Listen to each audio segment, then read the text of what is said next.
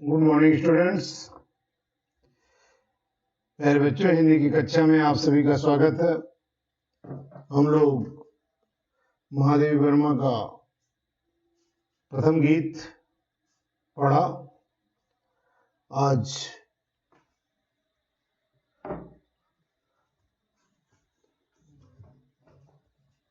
दूसरा गीत उनका हम लोग पढ़ेंगे। दूसरे गीत का पहले बार हम लोग पाठ पढ़ेंगे, उसके बाद कविता को पढ़ने के बाद उसके व्याख्या करेंगे। चलिए हम लोग सीधे कविता पर आते हैं। उनका गीत है, पंथ होने दो अपरिचित, प्राण रहने दो अकेला।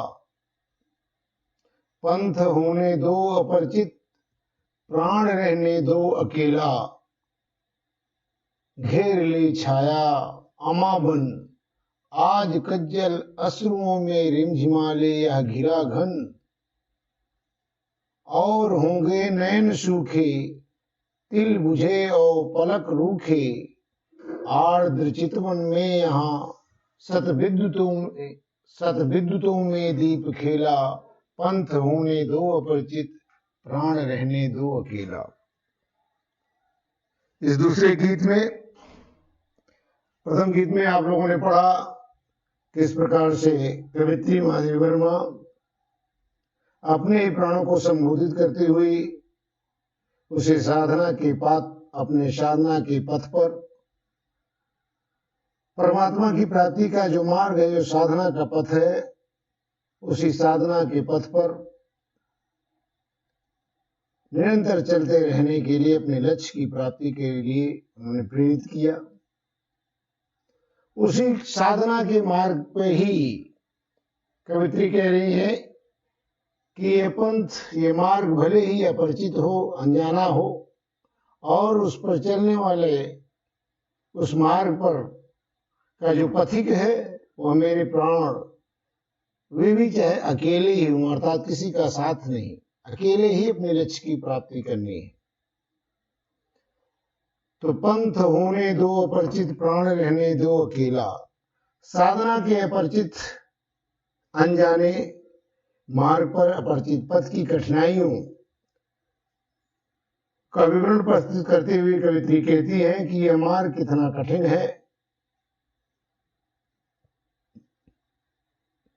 कि पंथ होने दो अपरिचित, प्राण रहने दो अकेला। साधना के पथ को, इस साधना के मार्ग को भले ही अनजाना हो, अपरिचित हो, अपरिचित और अनजाना रहने दो, अपरिचित रहने दो, होने दो। और उस मार्ग का पथिक, उस मार्ग का राही, उस मार्ग पर चलने वाला ये पथिक प्राण को भी अकेला ही रहने दो। अर्थात इन परिस्थितियों से, चाहे मार्ग अपरिचित होने से भी भयभीत नहीं होना है, और इस पथ का जो पथिक है वो मेरे प्राण अकेले हैं, किसी का साथ नहीं है, तो भी इससे जो है भयभीत होने की आवश्यकता नहीं है। साधना के पथ को परिचित होने दो, और उस मार्ग के पथिक को, उस मार्ग के राही को, प्राण को भी चाहे अकेला ही चलने दो, अकेला ही रहने दो। घेर ले छाया अमावन, अमा माने अमावस्या, अमावस्या की रात, जो पूरी अंधकार की रात होती है, चांद एक पल के लिए भी नहीं दिखाई देता। तो घेर ले छाया अमावन, आज कज्जल अश्रुओं में रिमझिमा ले या घिरा घन। विषम परिस्थितियों का वर्णन करते हुए कवित्री कहती है कि आज चाहे भले ही मेरी छाया अमावस्या की रात्रि की तरह घने अंधकार के समान घेर ले, आज मेरी ही छाया, अर्थात अपना ही प्रतिबिंब, मेरी ही छाया आज मुझे भले ही अमावस्या की रात्रि के गहन घनघोर अंधकार की भांति के समान घेर ले।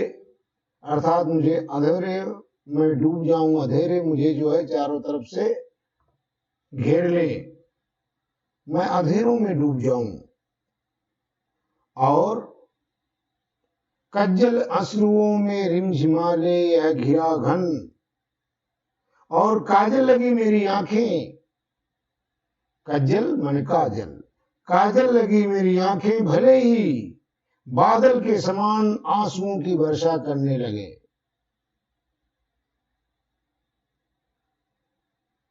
अर्थात मेरी आंखें जिनमें काजल, मेरी आंखों की जो शोभा बढ़ा रहे हैं इसे काजल, उन काजल लगी आंखों से आंसुओं की चाहे मूसलाधार वर्षा होने लगे, अर्थात निरंतर आंसू बहने लगे।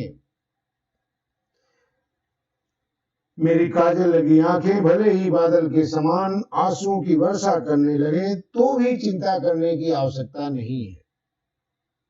अर्थात ऐ मेरे प्राण, तुम्हें इन विषम परिस्थितियों में भी भयभीत नहीं होना, तुम्हें चिंता करने की आवश्यकता नहीं है। इस प्रकार की कठिनाइयों को देखकर जो आंखें सूख जाती हैं और होंगे नयन सूखे, अर्थात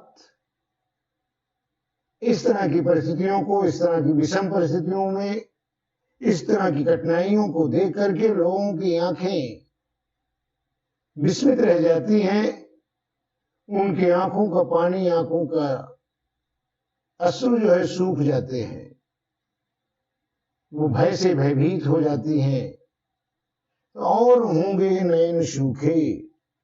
इस प्रकार की कठिनाइयों को देखकर जो आंखें सूख जाती हैं, तिल बुझे, जिन आंखों के तिल बुझ जाते हैं, तिल का मतलब होता है, आप लोग जानते हैं, साइंस के स्टूडेंट हैं, जो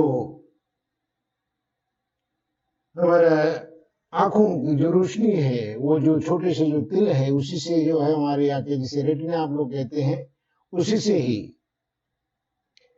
आंखों से प्रकाश, आंखों की रोशनी होती है। तो इस प्रकार कठिनाइयों को देख करके जो आंखें सूख जाती हैं, जिनके आंखों के तिल बुझ जाते हैं, अर्थात जिनकी रोशनी समाप्त हो जाती है, जिनको कुछ भी नहीं दिखाई देता, और जिन आंखों की पलकें, आप लोग जानते हैं आईलिड्स, अर्थात जो पलकें होती हैं वो हमेशा जो है क्या होती हैं, गीली होती है, नम होती है।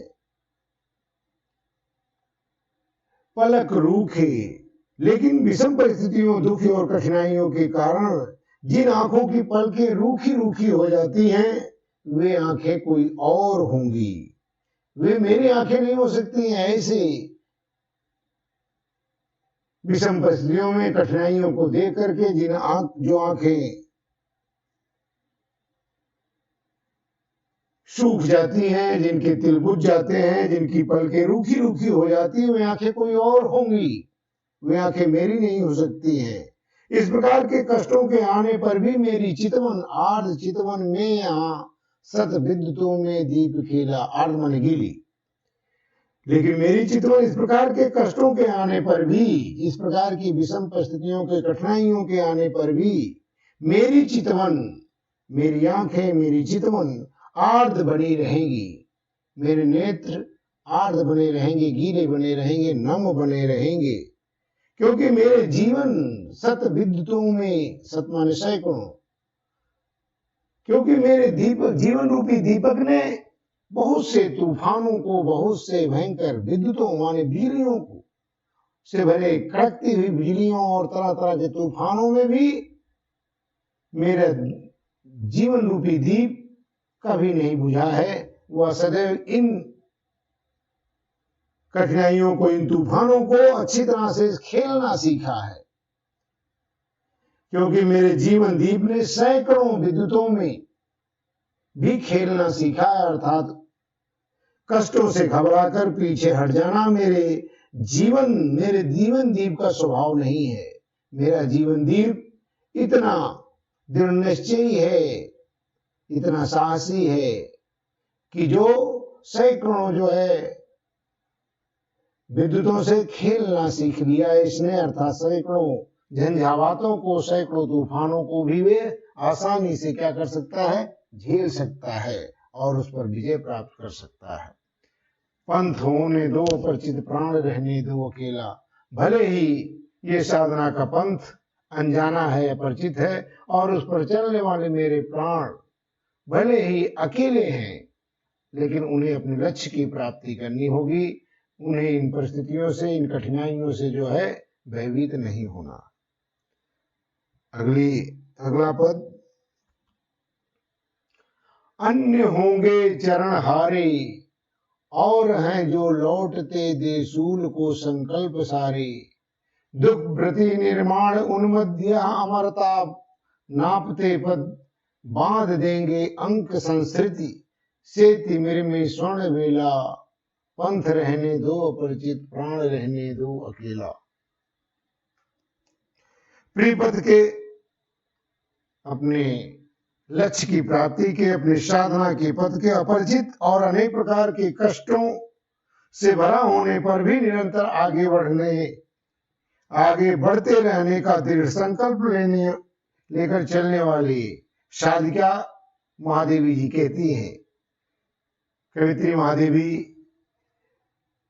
अनेक प्रकार के कष्टों से भरी और जीवन में भी निरंतर आगे बढ़ते रहने का दृढ़ संकल्प लेकर चलने वाले अपने चरणों को, अपने कदमों को संबोधित करती हुई कह रही हैं। साधिका महादेवी जी कहती है, अन्य होंगे चरण हारे, अर्थात वे कोई और चरण होंगे, वे कदम, वे पैर, वे पद कोई और होंगे, अन्य लोगों के होंगे, जो हार मानकर मार्ग के कांटों को अपने सारे संकल्प करके निराश लौट जाते हैं। अर्थात जो कठिनाइयों को देख करके पहले से ही भयभीत होकर के आगे जाने की हिम्मत नहीं कर पाते। अन्य होंगे चरण हारे, और जो हैं लौटते सूल ने काटे, जो बाधाओं को, कठिनाइयों को कांटा समझ करके अपने सारे संकल्पों को, सारे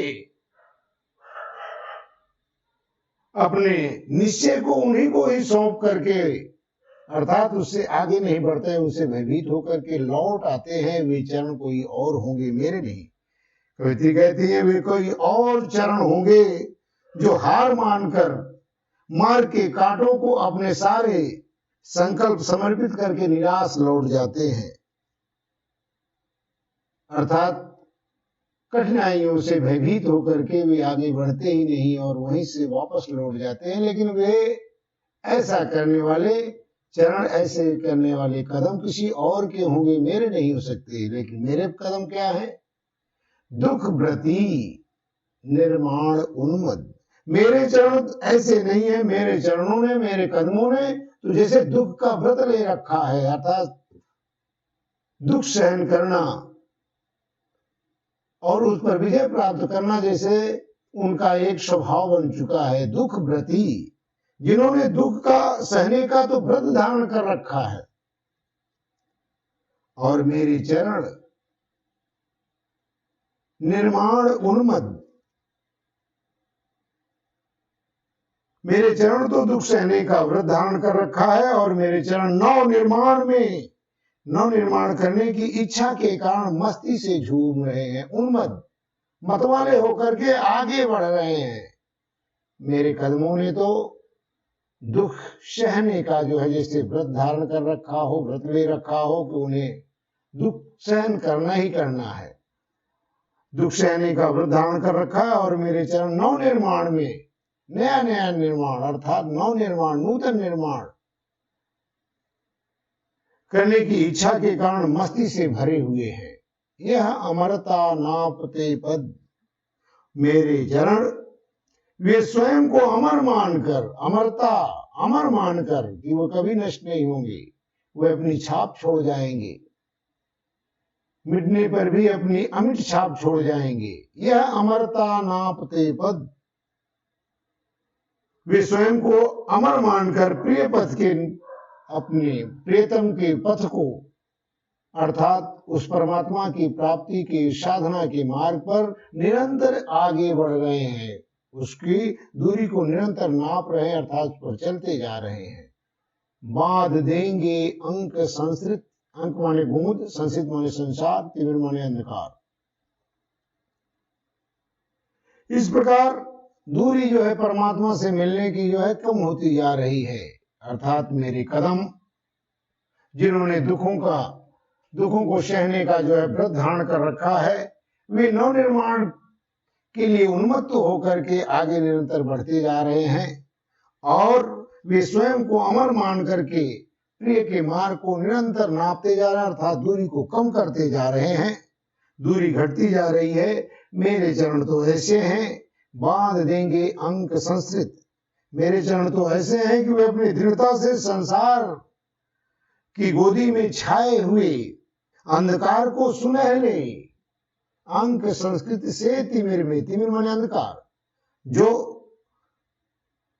जिस संसार की गोदी में अंधकार छाया हुआ है, चारों तरफ अंधकार ही अंधेरा है, तो ये मेरे दृढ़ता से भरे हुए जो मेरे कदम हैं, अपनी दृढ़ता से संसार की गोदी में छाए हुए अंधकार को क्या कर देंगे? स्वर्ण बेला, सुनहरे प्रकाश में, स्वर्णिम परिमल में, सुनहरे प्रकाश में परिणत कर देंगे, अर्थात निराशा का अंधकार आशा के प्रकाश में बदल जाएगा। मेरे चरण कठिनाइयों, परेशानियों, दुखों को देखकर भयभीत होने वाले नहीं हैं। वे कदम कोई और होंगे जो दुखों और कठिनाइयों को ही अपने सारे संकल्प, अपने सारे उत्साह, जोश, उन्हीं को ही सौंप करके, उन्हें आत्मसमर्पण करके वापस लौट जाते हैं। प्यारे बच्चों, आज हम लोग 2 ही पद पढ़ेंगे। Thank you, all the best.